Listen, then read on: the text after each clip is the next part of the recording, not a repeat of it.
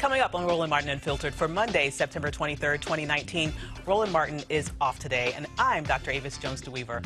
The Department of Homeland Security has finally recognized white supremacy as a terrorist threat. The trial for Amber Guyger, accused of killing Botham Jean, started today. Pittsburgh police are investigating the attack on 2 black women by the owners of a gas station. We'll also talk about the psychological effects of violence on black women. Plus, could dealing with racism be making us physically sick? We'll talk about that. And the Walmart singers go national, and some of the notable Emmy winners from last night will be going through all of that today on today's show. It's time to bring the funk on Roland Martin Unfiltered. Let's go. He's got it. Whatever the biz, he's on it. Whatever it is, he's got the scoop, the fact, the find. And when it breaks, he's right on time, and it's rolling. Best believe he's knowing. Putting it down from sports to news to politics. With entertainment just for kicks, he's rolling. It's on go, y'all. It's Roland Martin,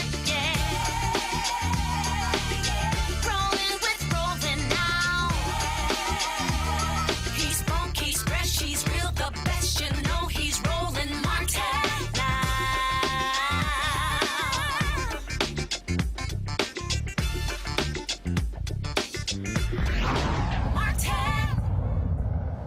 Acting Department of Homeland Secretary Kevin McCleenan announced on Friday that for the first time they are focused on addressing the threat of white nationalism coming from within the borders of the United States.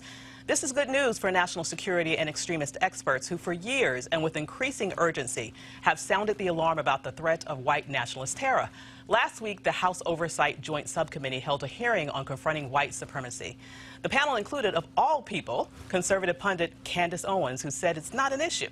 But here are a few comments from some of the more credible panelists. Ms. Mulligan, what concerns do you have about white supremacist extremism in the ranks of law enforcement and intelligence communities? And I will add that I come from a law enforcement family, so nothing against law enforcement. So it's clear that that the threat of violent white supremacy is not limited to those who are outside of our law enforcement and national security communities.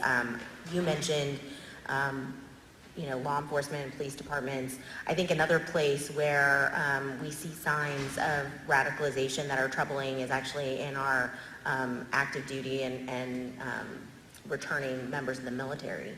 And I think one of the things that makes it quite difficult to address is that those are the people who are supposed to be keeping us safe.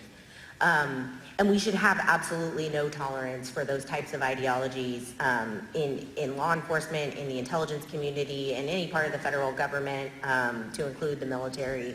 And I do believe that most of those types of employment situations have rules and regulations that prohibit it. The question is whether they're being adequately enforced, and I think that more should be done in that arena. We look at existing counterterrorism strategies and have to wonder whether they take into account the rise of white supremacy.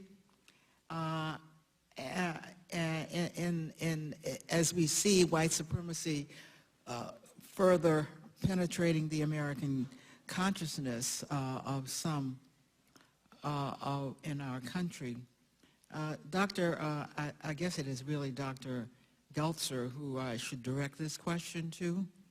How does the fact that white supremacy is so much more mainstream, if I can use that word, I don't want the American public to think we think that they have bought into this, but I'll use that, more mainstream, at least than Islamic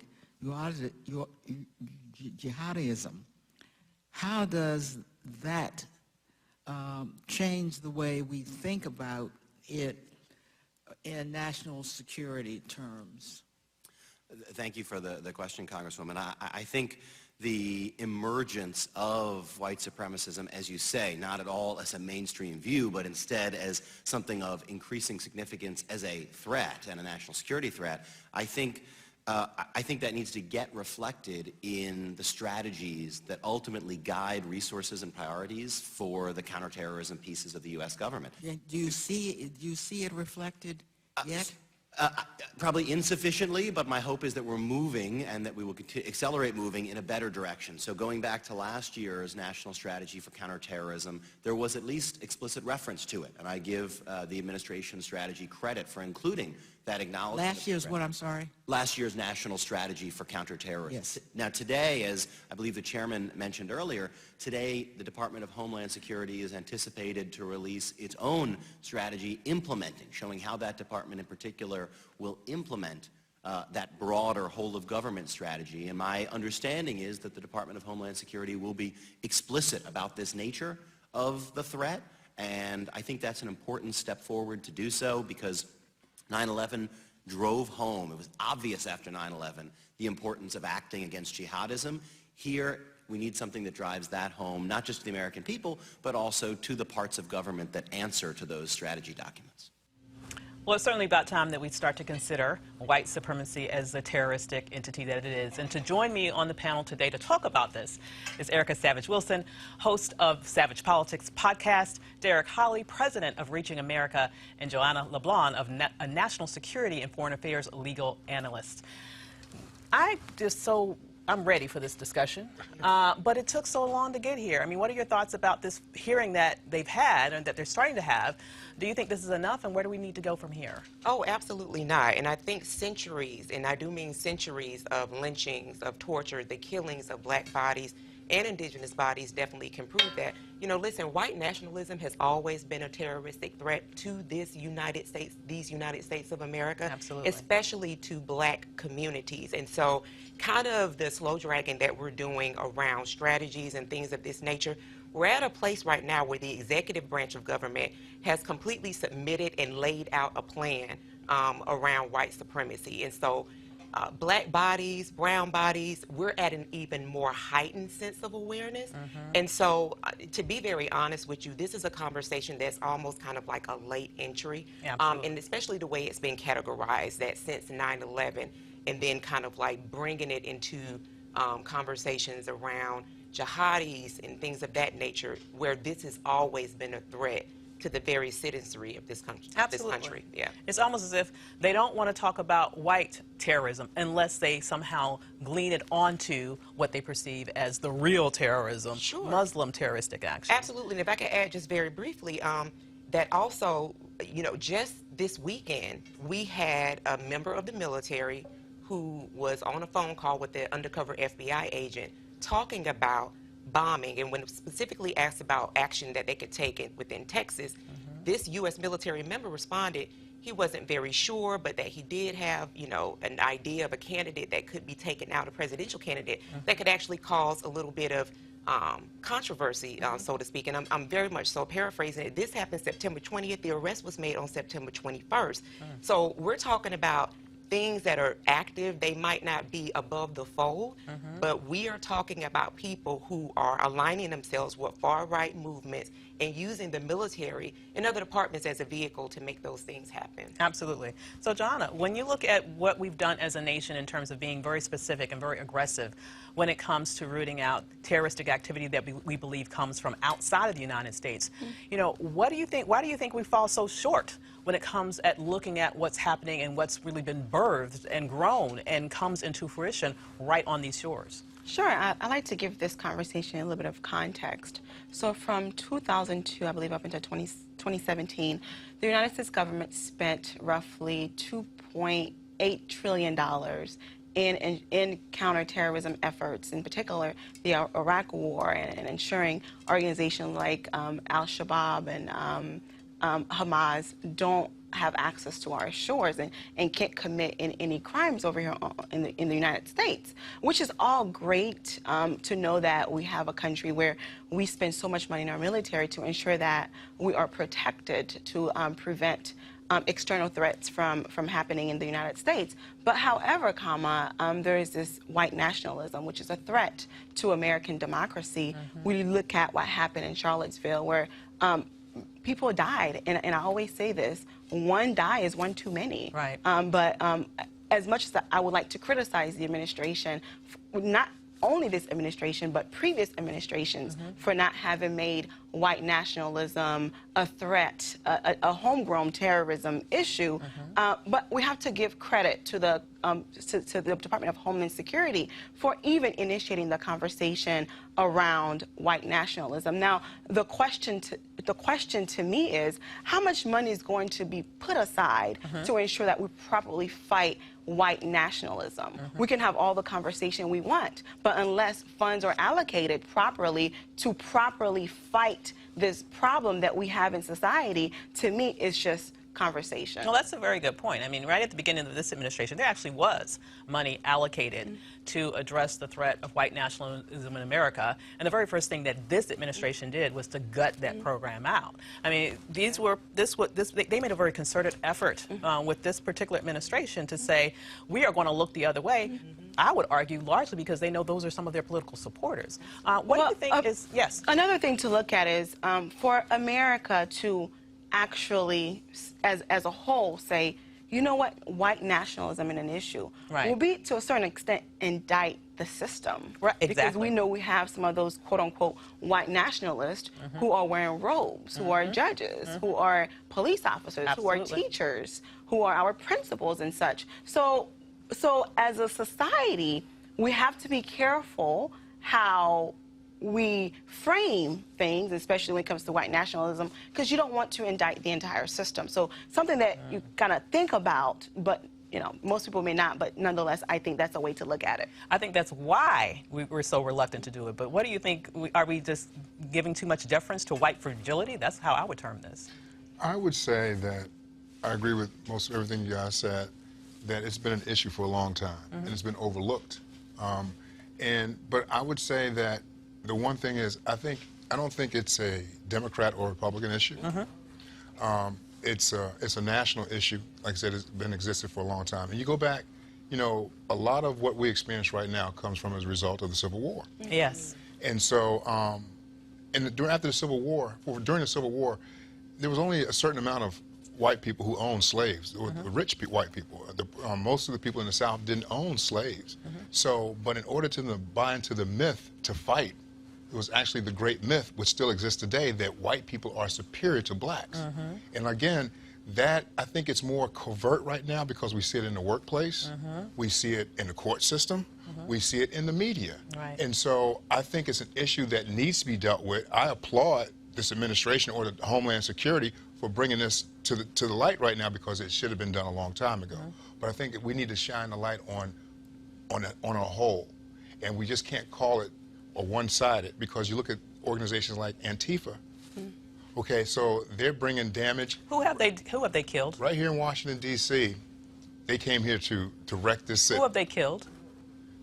I can't point to anyone. They haven't killed anybody. They have beat up a lot of people, though. But they have zero murders. I really think that. Do you know what Antifa is short for?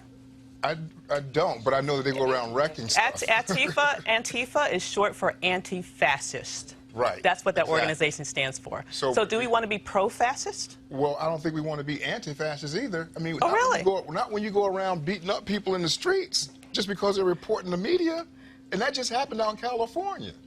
I think that's a slight mischaracterization of what happened there.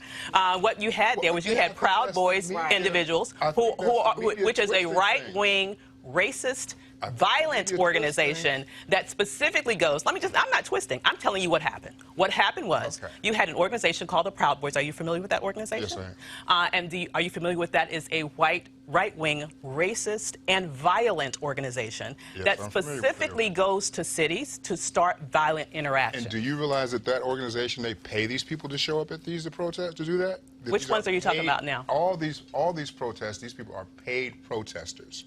Are you talking about the Proud Boys? The Proud Boys and a lot of these people at these protests are paid, because I know that I haven't participated, but I've gone to different hearings and such, and the people that show up at these hearings have been paid to be there.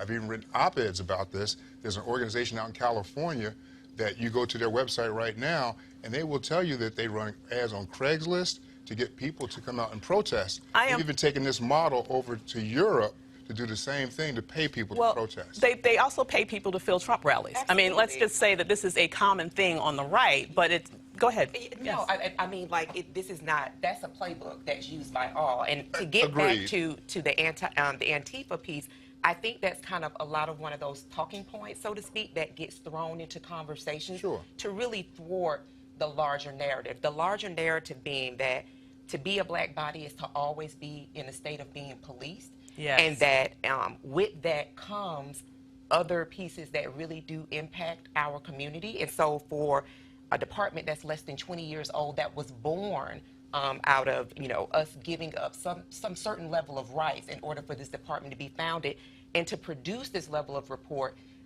you say that that's applaudable, that's good, but this is a conversation that has much larger implications to what absolutely is the bread and the heartbeat of our country. And so in that, I'm just saying that we have to be very, very mindful, because this is being broadcast to other minds and ears, that at the heart of this is right-wing white supremacy and nationalism. I don't agree with that. And that has a huge impact on when we're talking about how Trump has to date now installed 152 judges, 99 of those in the district courts, and you're talking about 40 plus that are in the appeals court. That has an impact on those very same groups of people. So to keep a group that doesn't cause the level of violence, that doesn't cause people to be shot, killed, and continuing to abuse a community, let's put it in the right context. That is at the hand of people who have submitted to a right-wing manifesto. So Joanna, I'm going to bring Joanna into this, because exactly when we think about, for example, the murderer in El Paso and the manifesto that he wrote, which sounded like talking points from any Trump speech that I can imagine. But he was a Democrat, though, Doc.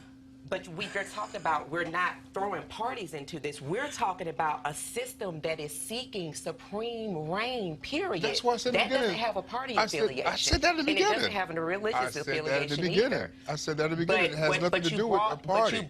But you brought a group into this conversation. So y'all brought the group into it. No. You said Antifa first. None of us brought out Antifa, that piece. What I'm saying is redirecting the conversation and the basis of this report, which is long overdue, to those people who are actively behind and pushing this, which are right-winged organization folks that have submitted to people that have submitted to white supremacy, and they are at all levels and branches of government. That is why they talk about. And there's a reason why it didn't say right wing. Absolutely. Let's just get real about it. This is, absolutely. And let's also acknowledge that there is a false equivalency. Let's just be very real. There's a false equivalency to say that Antifa is equal to the Proud Boys, is equal to the Klan, is equal to these white supremacist organizations that have murdered people in this country for centuries. And I agree. Obviously, if you have white supremacist organizations that go back decades and decades and decades, it's beyond any political party. But as we see where we are today, in terms of the sort of white supremacist ilk, and where they typically stand in terms of who they support politically, it is no accident that you have Proud Boys organizing trips to Trump rallies. I don't see them lining up to vote for people, for Democrats. So, I mean, Joanna, what do you think about, you know, where we stand with this particular sort of equivalence between Antifa, who has murdered 0 people? Let's just put that out there. I mean, it's really insulting. It's really...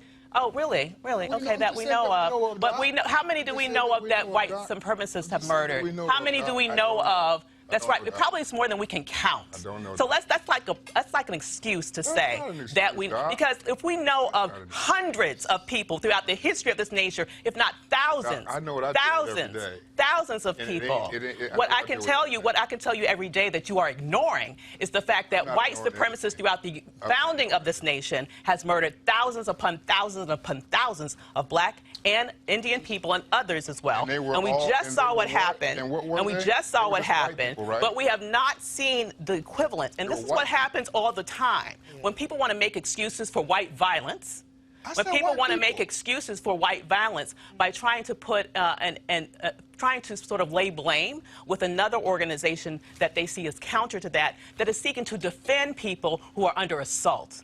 That is the entire point of that organization. Okay, Doc. Yes. I don't think we can necessarily compare the two. I don't even know how Antifa got caught up in this conversation. Because it's a false equivalency. That's what it is. Because it's just, you can't connect the nexus. Just can't, not in this context at least. But you said something earlier that we should not applaud the administration for doing this. And I will respectfully disagree, and this is the reason why. This is an administration that has been plagued with the narrative of being racist, of being anti-immigrant, anti-blackness, anti-minorities, right? Anti those of groups that are considered to be disadvantaged, quote unquote, right? The Secretary of Homeland Security is appointed by the President of the United States, as we know. So for the Secretary to have taken this position, I think it has to be the same sort of belief with the President of the United States. The Secretary would not have announced that white nationalism is an issue without the support of his boss. Now, some could argue that. Let's see how long it is before he's fired. Some could argue. Let's see how long he keeps that job. I will start the clock right now. Some could argue that the reason why this decision was made is because elections right around the corner. Right. In an effort to get support from minorities and those who have been impacted by white nationalists and white supremacy in America. Right. But nonetheless, I think that we should applaud the Secretary of the Department of Homeland Security for taking this bold step to call white nationalism what it is and to address it as homegrown terrorism in the United States. It's hard, and I'll stand flat-footed to say, and I hear you, I disagree. And so then let me forward that and then title it a regime. And so I do not applaud them because in this current place that we're at, this again is an overdue conversation, and the assaults are steadily coming. And so, you know, kind of like giving somewhat of a semblance of normalcy connection to this happening doesn't work for me. So. Well, I will just say that when you bring in Candace Owens to say, essentially in blackface, that white supremacy does not exist, I have a hard time believing that there is any sincerity around really wanting to root out white nationalism in this nation. We have to go to a break right now. We'll be right back. You want to check out Roland Martin Unfiltered? YouTube.com/Roland S. Martin. And subscribe to our YouTube channel. There's only one daily digital show out here that keeps it black and keep it real. It's Roland Martin Unfiltered. See that name right there? Roland Martin Unfiltered. Like, share, and subscribe to our YouTube channel. That's youtube.com/Roland S. Martin. And don't forget to turn on your notifications so when we go live, you'll know it. All right, folks, you've heard me talk a lot about marijuanastock.org because I want to keep you informed of investment opportunities that make sense. And we've all watched the growth of the cannabis industry. A recent report by New Frontier Data estimates the global cannabis market at more than $340 billion. We know that marijuana legalization is sweeping the country state by state. We also know that marijuana has a good cousin, the hemp plant, with a much higher concentration of CBD. That means hemp gives you all the medical benefits of marijuana without getting you high. Until recently, hemp farming was practically illegal in the U.S. and heavily regulated by the DEA. However, the 2018 Farm Bill changed all of that, making it legal to grow hemp CBD in the U.S., creating one of the largest commodities worldwide. They need land to grow all the plants, and that's where our good friends at 420 Real Estate come in. Their business model is simple. They buy land that supports hemp CBD grow operations and lease it to licensed, high-paying tenants. That's right, there are hemp CBD landlords. And you can get in on the action. Now, what they've done, 420 Real Estate has done is offer this special deal for the folks who watch Roland Martin Unfiltered. Originally, the minimum investment level was $500. Now you can invest in this crowdfunding campaign for as little as $200 up to $10,000. Again, this is a $340 billion industry that is still growing. You can participate with as little as $200. To invest, go to marijuanastock.org. That's marijuanastock.org. Get in the game and get in the game now. Testimony began today in the murder of the trial of Amber Guyger, who shot and killed Botham Jean last year in his apartment. Guyger was an off-duty Dallas police officer still in uniform when she killed John. She told police that she mistook John's apartment for her own that night and thought he was a burglar. Here is some of today's opening statements. Just like she fails to recognize that she's parked on the 4th floor. She then enters, well, she goes past a skyway that is also open right to her left and right, where she could look if she chose to either side and say, this isn't right. She either doesn't do that or it doesn't register either. She has a key fob that will allow her access to anywhere in the apartment complex. She uses that to walk into the 4th floor hallway. She has to go down 2 very long hallways now in order to get to what she thinks is her apartment. But in fact, she's walking towards both. It's a long walk. For someone as young and fit as her, maybe a minute or 2. But a minute or 2 is actually a long time for you to keep on missing repeatedly obvious signs that something is not right. She walks past 16 different apartments and fails to register the number 4 on any single one of them. Next to the door of this apartment complex, there's a lighted sign. And on the lighted sign is the apartment number. It's a little bit different than most apartments. Everyone that I've lived in growing up, they always have the numbers on the door. But she lived there for 2 months. She knew where the apartment numbers were located. And she walked past 16 of those without recognizing. Well, maybe the explanation for that is she doesn't look straight ahead when she's walking. Maybe she looks down. All right? There are floor mat differences. Not major, but enough that you would notice that something isn't right. She then goes down the rest of the hallway because then she turns left. And she's walking up on Beau's apartment, 1478. And this is the one I really want y'all to hear. Amber Guyger has no floor mat in front of her door. Amber Guyger has nothing but the concrete floor. Gray, concrete floor that looks like the rest of the floor. Botham Jean wanted his apartment to be very noticeable. And he took steps to make sure that happened. In front of Botham's apartment is this extremely obvious bright red floor mat. Right in front of his door. I want to reiterate. Amber Guyger had no floor mat. She walked right up and stepped on top of this as she entered and placed her key fob into the deadbolt lock of Botham Jean's home.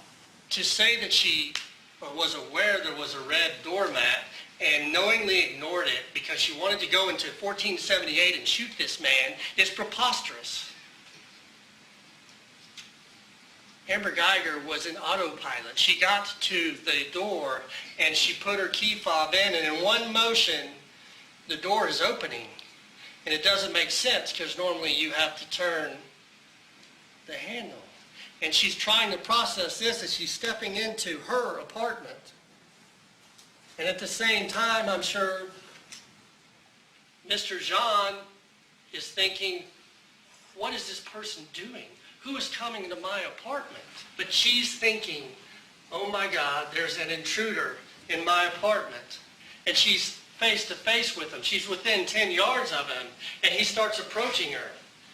And she reacts like any police officer would who has a gun with confronting a burglary suspect. She's got tunnel vision. She's not looking around to see if her little table is there. She's not looking around to see any landmarks. She's not ascertaining any of this because she has tunnel vision. She's in her apartment. My God, there's a man in my apartment and he's big. Come on, Davis. Come on. Come on. I call BS. Okay, it's insulting to the intelligence to think that story holds water. I mean, what are your thoughts about this? Well, I think we can all probably agree on this one. Yes. Let's see. We can agree on this. Let's see. I just think, as you should, I think it was all BS. Yeah. One of the things they didn't mention on there is, as you read the article, is she was on the phone with her lover, who was another officer. She had texted him an inappropriate photo while all this was happening, while she was walking up to this thing. All this is in the article. It also talked about how when she first got into the apartment, and when she did it, she said, I effed up. So she knew all this was, she knew she had screwed up. So now this is just a defense right now. And I think it is, as you said, insulting to to throw all this out at us right now. Absolutely. I think that you know, what's happening here is a form of defense which is called the mistake of fact, right? That as the defense attorney here, he has the right to defend her to his best ability, right? And when you raise a defense such as defense a misfact, right? It kind of takes away some of the liability. It can reduce your liability. So that's what's happening here. But I think that anybody who can hear and can read, even if you don't have access to all of the evidence, you can say to yourself, like, you went into an apartment that wasn't yours, and you were on the phone with someone at the time, which means you weren't completely not there, right? You were having a conversation with someone else while you were walking towards that person's apartment, and then you end up shooting him. But there's also another element to the black body, how it's always seen as a threat. Yes. Right? The dehumanization of the black body in America. Because some could argue that if it were a white man in that apartment, would he have died? That's if it were a white woman, would she have died? Good right? question. But nonetheless, I think that as a defense attorney to this officer, the attorney is doing his best as raising a defense of missed fact. You raised a good point there about the perceived threat of the black body. And flipping that on its head, Erica, what do you think about the perceived innocence of the white female form? I mean, here we have this white woman who murdered this man. I mean, I don't care what sort of charges you want to bring out. He's dead. He's not coming back. But they want to sort of paint her, I understand, as a defense attorney. That's his job to do it, as this poor, sort of defenseless white woman who thought that a burglar, this big, burly, black burglar was in her apartment, and therefore she did the only thing that she was trained to do as a policeman and murder him. Sure. And so on that innocence piece, so let's answer that question. Absolutely. We were talking about this earlier, that the grave testifies to those ambers, those other folks that look like that, that have made black dangerous. Right. And so we're at a place where we can almost, or we can pretty much answer how this is going to turn out, which is sad because you're talking about a young man whose life was cut down. He was a college graduate.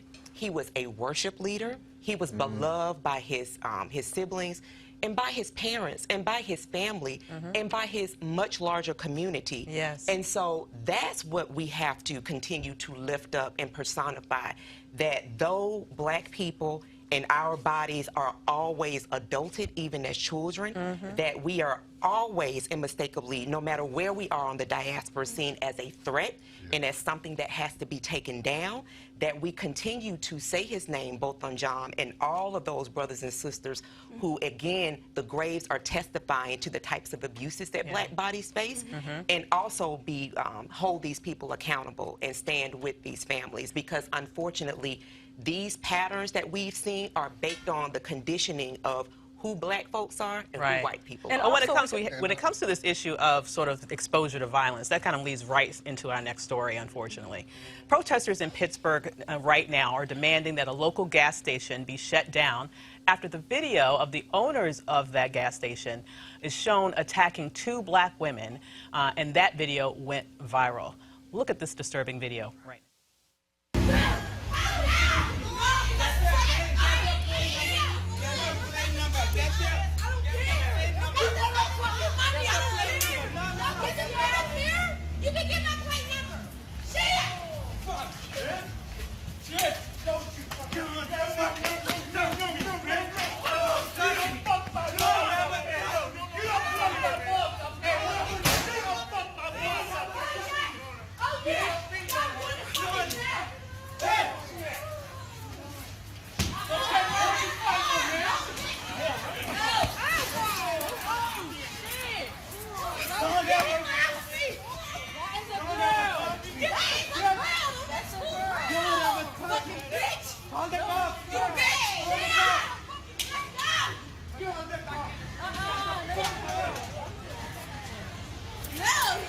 Wait, she in there wrecking shit down. Can't miss her. Get out the way, this shit. What the fuck? Get out of here.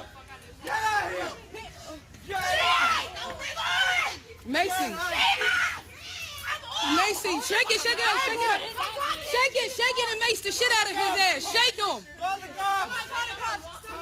It's cool. I got the whole thing on camera. Y'all going down. Y'all going down. I got this shit on camera. I got y'all. Y'all cool. Y'all cool. Y'all going down.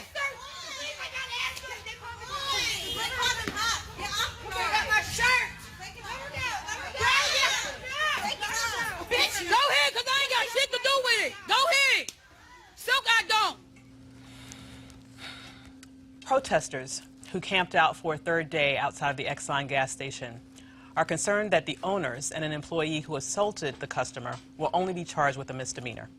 The sisters said that the dispute stemmed from a pump malfunctioning that resulted in their gas spilling. According to Pittsburgh police, the women's demand for a refund quickly escalated into a violent confrontation, which a bystander caught on video. Police have launched an investigation and as a result have determined that assault charges should be filed against the station's owner and an employee. I almost kind of wish that the audience could have heard our reactions to that video as it was being showed, because I'm hearing, especially my brother, saying, "Oh my God, oh my God." I hadn't seen it. It's they just shocking. Wow. Well, I mean, and as black women. It goes back to what you were saying earlier, just how we perceive people. And they felt like it was okay to do that. Yeah. And at some point, they had to think that, you know what, I'm going to get off. And let's break down why.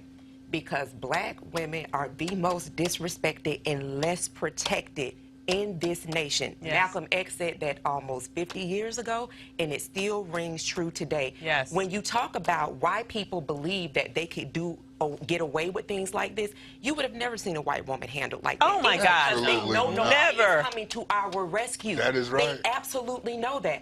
And I will say, and then to our community as well, stop spending your money in these places. Thank you. Stop giving your money to these individuals, and I don't care where collectively.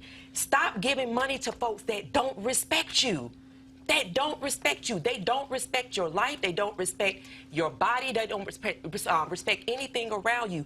They respect money. Withhold it. Go somewhere else. If it's 2-3 blocks, a mile, great. Exercise. Get to spend more time with family or something else. But stop giving your money to folks that don't respect you. Absolutely. Because Shakesia Clemens, who 2 years ago in Alabama was taken down by 2 law enforcement officers because she dared to ask for to-go cutlery out of a Waffle House, and folks are still giving them money to a Waffle House. Yes. Stop doing it. Absolutely. So after the investigation is complete and arrests have been made, there will still be some healing that these 2 women obviously will have to go through. Joining me now to talk about that is licensed therapist and author C. Anderson. Thanks for joining us, C. Thank you for having me. I'm sure you heard the truth that Erica just spilled here about the lack of protection for black women. Could you give us some more insight on that? Absolutely. I think that she was so spot on when she mentioned that black women in this country are the least protected and the most despised. I think that is symptomatic of the fact that we are not only women, so there's sexism, but it intersects with the fact that we are a minority for black women. So racism and sexism that intersect to create a very explosive environment for us. And so what can we do as a community to better protect ourselves? I almost feel like as black women, we're caught between a rock and a hard place. Because on the one hand, it's as if we're often attacked for being too strong, for being too independent, for having to hold it down for ourselves. Because you saw that sister was going in there trying to protect the other woman. There's no men coming to their defense. But on right, the, so third woman coming in. Absolutely. So we're chastised for being too masculine in that way. We're not feminine enough. But at the same time, if we don't protect ourselves, who will? Precisely. So historically, black women are seen as either a vixen, a sexualized, overly sexualized character. We're also seen as the strong black woman who will, to her own sacrifice, she will take on the world's problems, her family's issues, suffering some mental health issues as a result. Or you see the angry black woman. Anytime that we are attempting to protect ourselves, we're attempting to assert who we are just as a human being, we are seen and categorized as angry. I see this all the time in my practice when I work with young Black professional women, and they are either fired, reprimanded for very benign offenses, and they're seen as angry when they're being assertive, and they're coming in with chronic anxiety, vicarious trauma from watching videos such as the one with the two women in Pittsburgh. And what really happens is it starts to break and weigh on our psyche, which of course is going to affect us in our everyday life. So we have a couple of questions from the panel. Thank you so much. First, Derek. Sure. I was going to ask Ms. Anderson, that was a brutal beatdown. And it was hard to even watch. So as a therapist, what would you say, what kind of long-term effect is that going to have on those young ladies, and how would they go about even trying to heal themselves from something like that? I can see that just happening. So the first thing I want to make clear is that racism is trauma.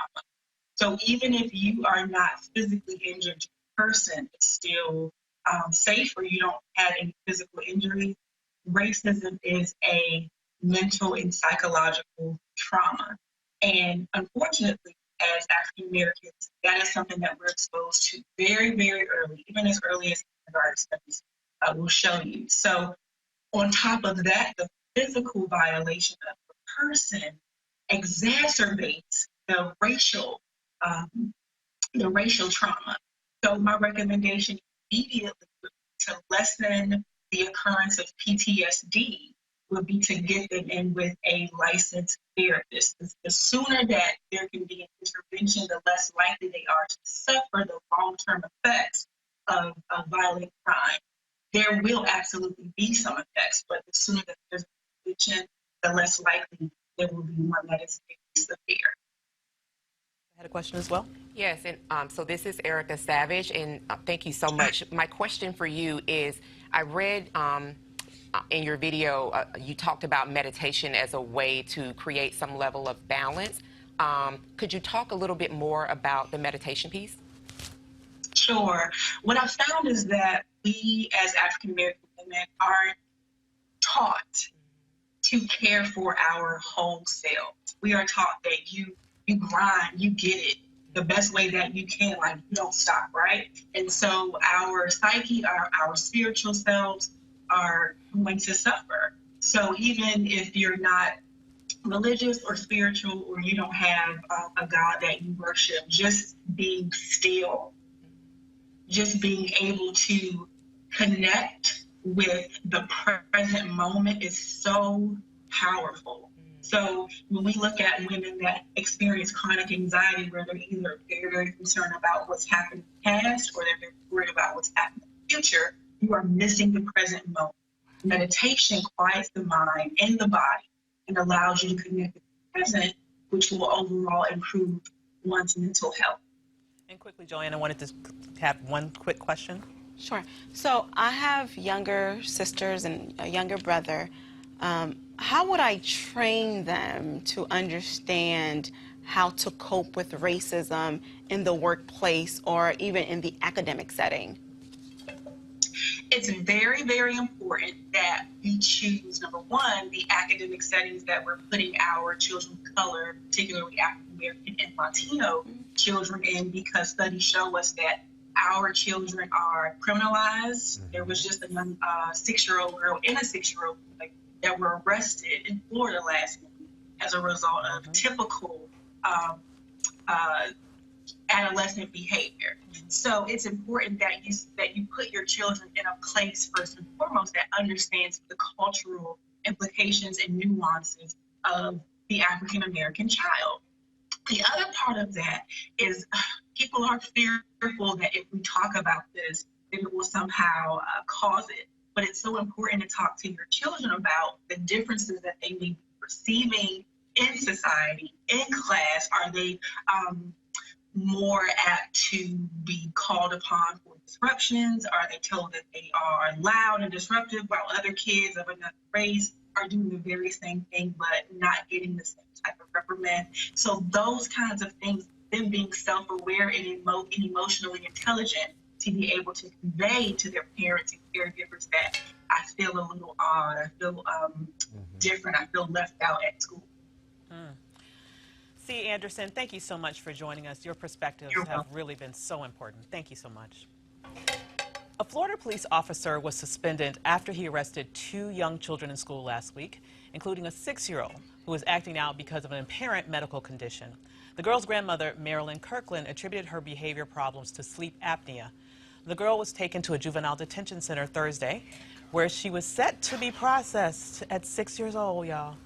The arrest was stopped after a supervisor learned of it, and she was returned to school. Police Chief Orlando Roland said in a statement that the Reserve School Resource Officer, Dennis Turner, did not obtain the approval of a commanding officer before making the arrest on Thursday, as department policy requires. Turner has been suspended while the department conducts an internal investigation. Well, you know, the therapist just told us about this. I mean, traumatic. Right. So, it seems like all the events really kind of like tie together. Yes. And so when we look at, again, we're talking about children. Yes. But we're talking about black children, one of which was misaged. He was aged at 8 years old. It was a 6-year-old young black boy that was, in fact, processed and had a mug shot. And handcuffed. Absolutely. Absolutely. Talk about traumatized. Absolutely. So that was his interface with law enforcement, who we pay to protect and serve its citizenry, which, hello, everybody, black people are citizens. So, and we pay taxes. And we absolutely do pay taxes, and we overtip. To break up the monopoly a little bit. So, you know, Georgetown did this Girl Interrupted Erasure of Our Childhood study and found that black girls at the age of 5 are less nurtured than their white counterparts. And then when you start looking at them being in the school system, are twice as likely than their white counterparts to have multiple suspensions. So all of this ties back to the criminality of black bodies. And mental health issues in the black community. Absolutely. Super quickly, Joanna. The unfortunate reality is that this is what's happening in our schools in inner cities throughout America. I mean, I'll share something very quick with you guys. When I was in law school, I worked as a teacher at a school in rural areas, in a rural area rather. One of the reasons I quit was because I saw kids getting put in handcuffs for merely raising their voice, for merely fighting. Kids fight. Because what I saw was when I was in the affluent neighborhoods, when the kids will fight, they'll call mommy and daddy to pick them up. But in the school setting, which I was placed at, those kids were arrested and sent to juvie. So what happens to those children is they become desensitized to the notion of being arrested. You would see the kids, right? They would argue and make noise in the hallway, and then they'll walk towards the officer with their hands like this, arrest me. Wow. And that is very troubling to know that you have kids. First, before they even graduate from high school, they have a record. Right? And we know as a person of color, even when you're educated, it's extremely challenging to find employment, right? And to get paid the money that you deserve, the salary that you deserve. Now let's look at, you have a record and you go into college. How are you supposed to traverse and maneuver life with that kind of record? And second, those kids become desensitized to the notion of being arrested. And I know as someone from the Republic of Haiti, one of the most embarrassing things that could happen to you is being placed in handcuffs. So those kids, I saw that I was a part of the system where I was their teacher, the kids would get in trouble, and they'll get handcuffed and sent down to juvie. So I ultimately quit because I could not live with myself knowing that I was part of a system that was setting those kids up for failure. The kids did not understand what was happening. They didn't understand what would happen in the future. Because they could only think in the moment, obviously they're children. But for me, I understood what that meant for them to have a record before they even graduate from high school. So what is happening with this 8-year-old and 6-year-old is not an isolated incident. This is happening all across our country. Before our kids even graduate from high school, they have records, long records. Absolutely. I would say that some of the similarities that exist in urban areas are the same in rural communities. Absolutely, too. A lot of the same things. So that was, Racism, unfortunately, is everywhere, all right? And this is an example of institutionalized racism, plain and simple. Almost every black person in America, oh, I'm sorry, we have a break. I don't want to skip that. We'll be right back. You want to support Roland Martin Unfiltered? Be sure to join our Bring the Funk fan club. Every dollar that you give to us supports our daily digital show. There's only one daily digital show out here that keeps it black and keep it real as Roland Martin Unfiltered. Support the Roland Martin Unfiltered daily digital show by going to RolandMartinUnfiltered.com. Our goal is to get 20,000 of our fans contributing $50 each for the whole year. You can make this possible. RolandMartinUnfiltered.com.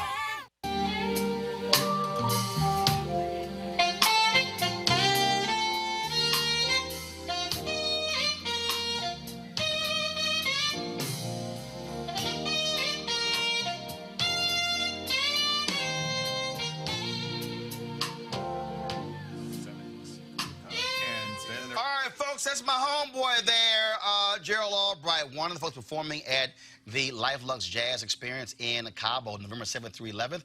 I'm going to be there as well. Weekend-long event held at the Omnia Day Club in Los Cabos, nestled on the Sea of Cortez in Los Cabos, Mexico. Folks, it's going to be an amazing time over those 4 days. We're going to have lots of great food and drink and golf and spa, health and wellness, you name it. The second annual Luxe Jazz Experience.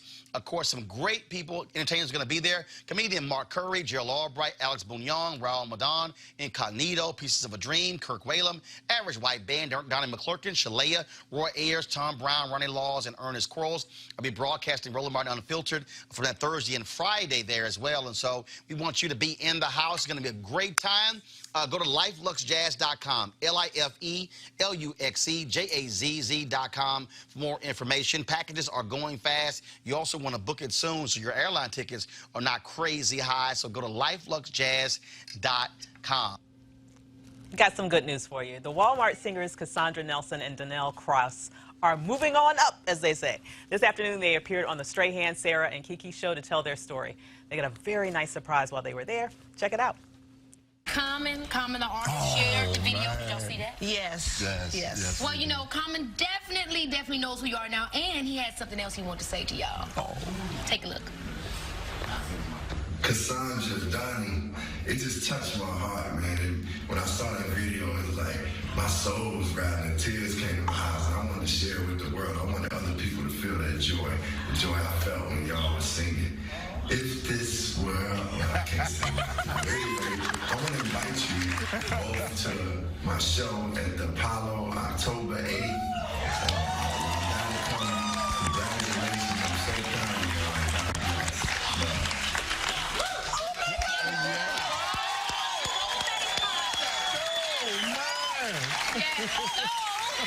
We're going to be giving you guys an all-expense paid trip back to NYC to show him your amazing talents and enjoy the show.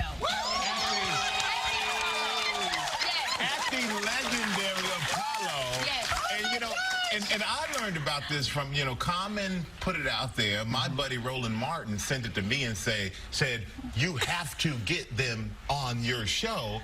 And so I'm so happy here because I saw this video. It was mind-blowing to me. Wow. So much talent. And you sent it off right away because he started emailing all of us going, if you haven't seen this, you have to watch it right now. He was so inspired. So, Roland, I know that was no accident that your boy gave you a shout-out, and this just happens to be the clip that you gave. Hey, go ahead, man, do your thing. All right, Roland, I see you, bro. I see you. Oh, my God. So we'll keep following this story because it is a wonderful story, and I'm sure they'll have a lot more to come in the future, right? So in case you missed the Emmy Awards last night, there were 2 wins that we're very happy about.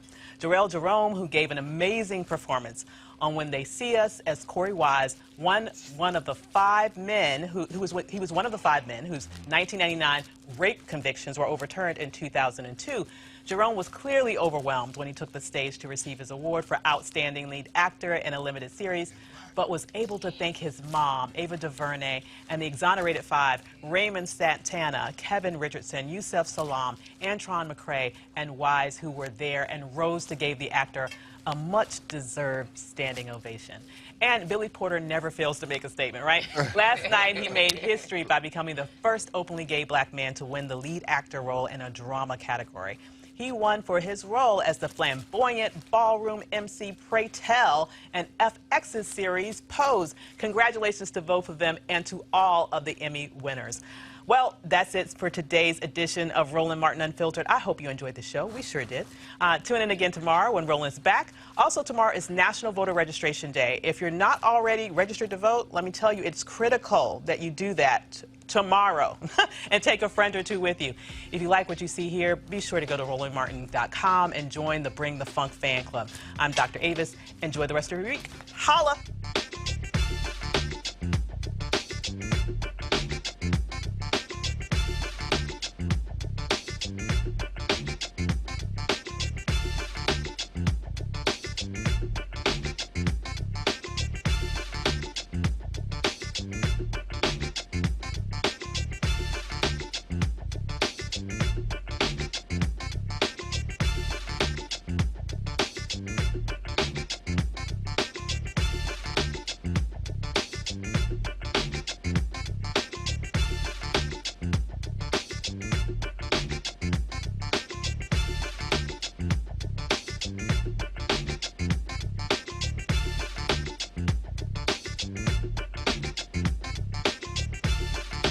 You want to check out Roland Martin Unfiltered?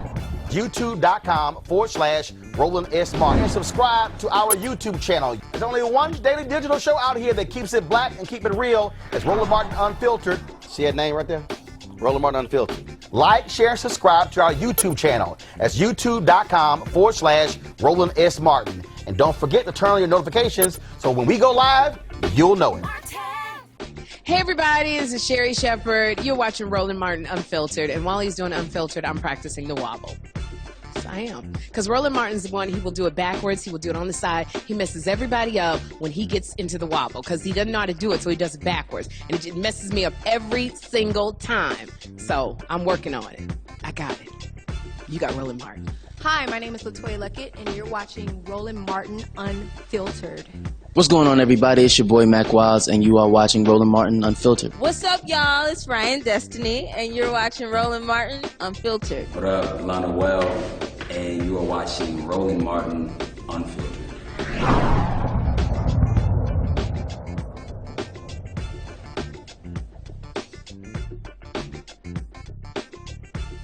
You want to support Roland Martin Unfiltered? Be sure to join our Bring the Funk fan club. Every dollar that you give to us supports our daily digital show. There's only one daily digital show out here that keeps it black and keep it real. As Roland Martin Unfiltered. Support the Roland Martin Unfiltered daily digital show by going to RolandMartinUnfiltered.com. Our goal is to get 20,000 of our fans contributing $50 each for the whole year. You can make this possible. RolandMartinUnfiltered.com. Hey fam, want to check out Roland Martin Unfiltered? The blackest show on all of digital, cable, and broadcast. Check out our audio podcast. There's only one daily digital show out here that keeps it black and keep it real. As Roland Martin Unfiltered. Press play.